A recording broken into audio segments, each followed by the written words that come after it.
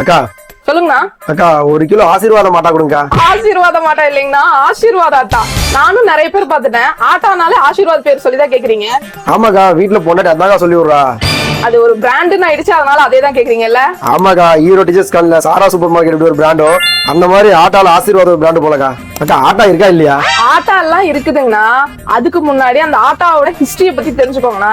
அண்ணா இது ப்ரமோஷன் இல்லைங்கண்ணா, just information. தெரியுங்கக்கா, நீங்க ஆசீர்வாத ஆட்டா கேட்கும் போதே சொல்லும் போது நினைச்சேங்கா இன்ஃபர்மேஷனா தான் இருக்கும்னு. சொல்லுங்க அண்ணா.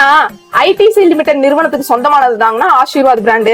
இந்த பிராண்டு 2002ல தான் ஃபர்ஸ்ட் மேற்கு வங்கம் மற்றும் சத்தீஸ்கர்ல அறிமுகப்படுத்துறாங்க. ஆனா கோதுமை மாவு மார்க்கெட்டிங்லயே ஒரு புரட்சியை ஏற்படுத்துதுங்கன்னா அது ஒரு பெரிய பிராண்டாவும் மாறுச்சுங்கண்ணா. அதுல ஆட்டா மட்டும் இல்லாம இன்னும் ஒரு சில பொருட்கள் அறிமுகப்படுத்துறாங்க. அது என்னன்னு சொல்லட்டுமா? 2003ல ஆசீர்வாத் உப்பு அறிமுகமாகுதுங்கண்ணா. 2005ல மசாலா பொருட்களான மிளகாத்தூள், மல்லித்தூள், மஞ்சத்தூள் இந்த மாதிரி அறிமுகப்படுத்துறாங்க. அதே 2006ல இன்ஸ்டன்ட் மிக்ஸ் ஆன ரவா இட்லி, குலாப் ஜாமுன் இந்த மாதிரி பொருட்களை அறிமுகப்படுத்துறாங்க. 2015ல ஆசீர்வாத் ஸ்வஸ்தி அப்படிங்கிற பேர்ல dairy products, milk products, ghee item இதெல்லாம் வந்து ப்ரொடக்ஷன் பண்றாங்க. ஆனா இவங்க இவ்வளவு பெரிய பிராண்ட் ஆனதுக்கான ஒரு சீக்ரெட் இருக்கு, சொல்லட்டுமா?